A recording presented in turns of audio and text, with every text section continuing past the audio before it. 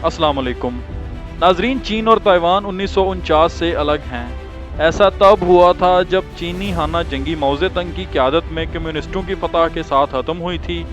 उस वक्त शिकस्त होरदा कौम परस्त, जिनकी क़यादत माओ के हरीफ और कोमिंटांग पार्टी के सरबराह चियांग काई शेक कर रहे थे, वो ताइवान चले गए।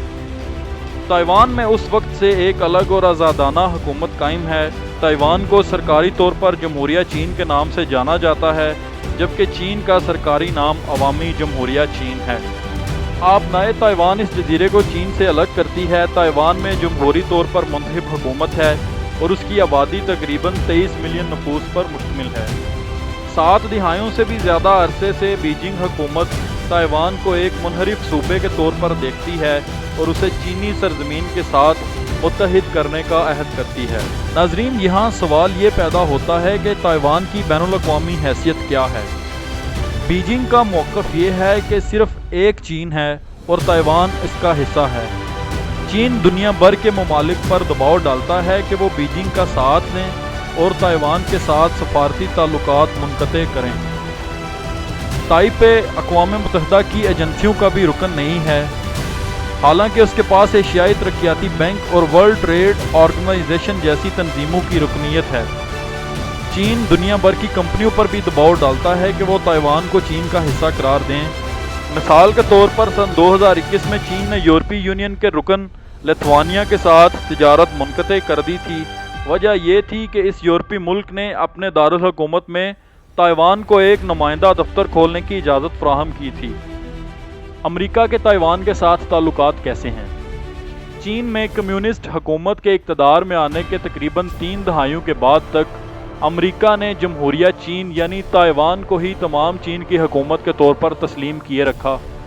लेकिन 1979 में वाशिंगटन ने जमहूरिया चीन यानी ताइवान के साथ अपने सफारती ताल्लुकात और बाहमी दिफाई माहदे को मनसूख करते हुए अवामी जमहूरिया चीन के साथ अपने सफारती ताल्लुकात कायम कर लिए।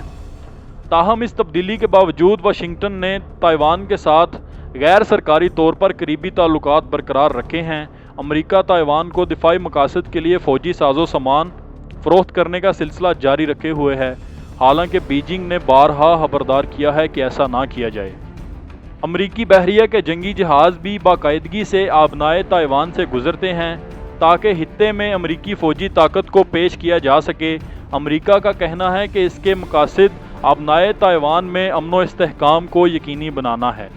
सदर डोनाल्ड ट्रंप के दौर में अमेरिका ने ताइवान के साथ फ़ौजी ताल्लुकात को मज़ीद गहरा करते हुए असले की तरसील में इजाफ़ा किया और इस तरह इस जजीरे को $18 बिलियन से ज़ायद मालियत के हथियार फ़रोख्त किए गए। हाल ही में सदर जो बाइडन ने कहा था कि अगर चीन ने हमला किया तो अमेरिका ताइवान का दिफा करेगा, लेकिन सवाल ये पैदा होता है कि क्या चीन ताइवान पर हमला कर सकता है?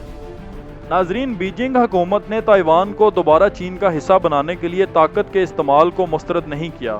जनवरी 2019 की एक अहम तकरीर में चीनी सदर शी जिनपिंग ने दोबारा इत्तेहाद पर जोर देते हुए कहा था कि जमूद हमेशा के लिए जारी नहीं रह सकता। उनका उस वक्त कहना था, हम ताकत के इस्तेमाल को तर्क करने का कोई वादा नहीं करते और तमाम ज़रूरी ज़राए इख्तियार करने का ऑप्शन महफूज रखते हैं।